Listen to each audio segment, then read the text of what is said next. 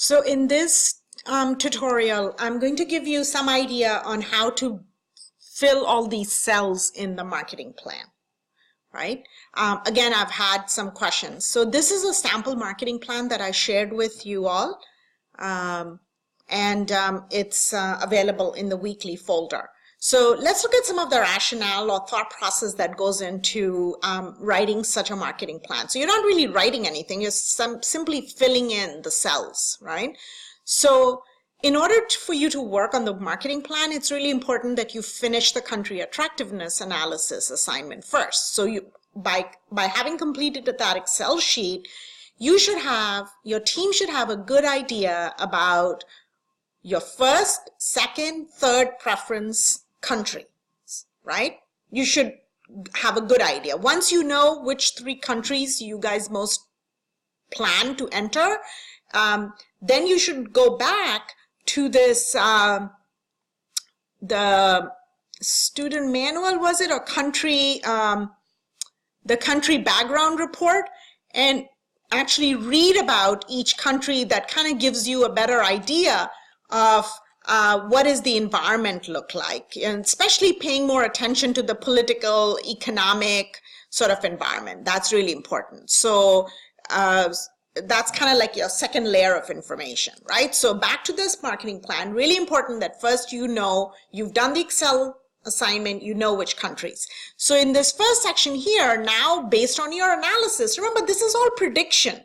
These are not, you're not getting pinned down just because you entered that you're going to enter Mexico first in the marketing plan, and when you start playing the simulation you do something else.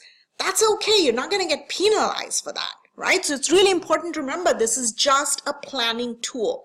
So all you're doing here in the first 3 rows is you're telling which country you're going to enter in the first period, which one in the second period, and which one in the third period, the third country, and which period you're going to enter.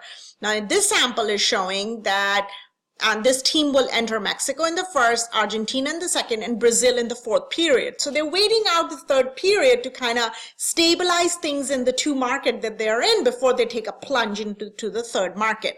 And that might be a strategic decision. You guys need to brainstorm amongst yourselves to figure out what is it that you want to do. So the second section is on production location, right? So your plant, initially, when you start playing the game, the simulation, your plant is located in the US, and you're going to send everything from the US plant to the foreign country.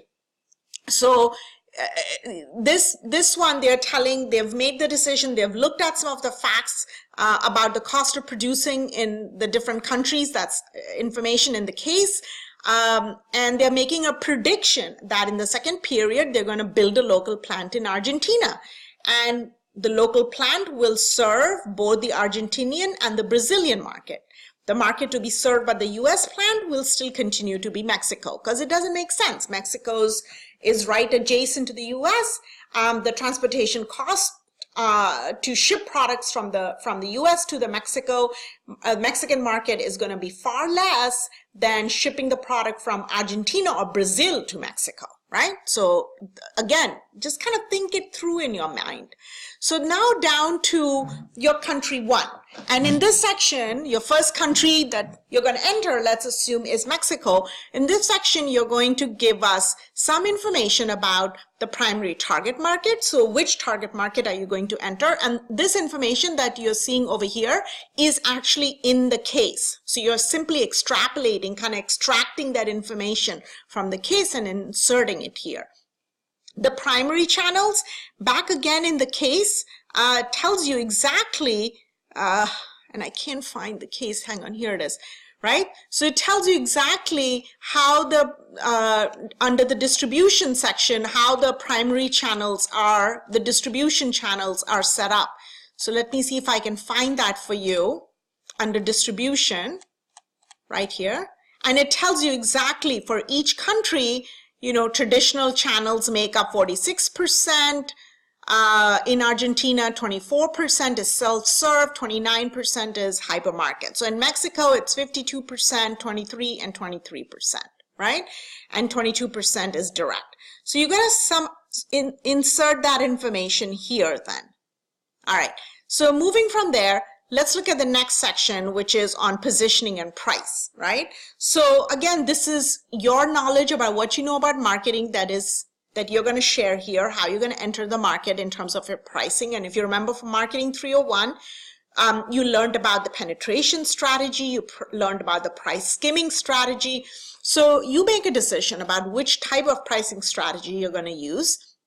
And then you assign some, and these are just estimates, right? So how did they come up with these price estimates? So if you go to the case under the pricing section, and let me find that for you.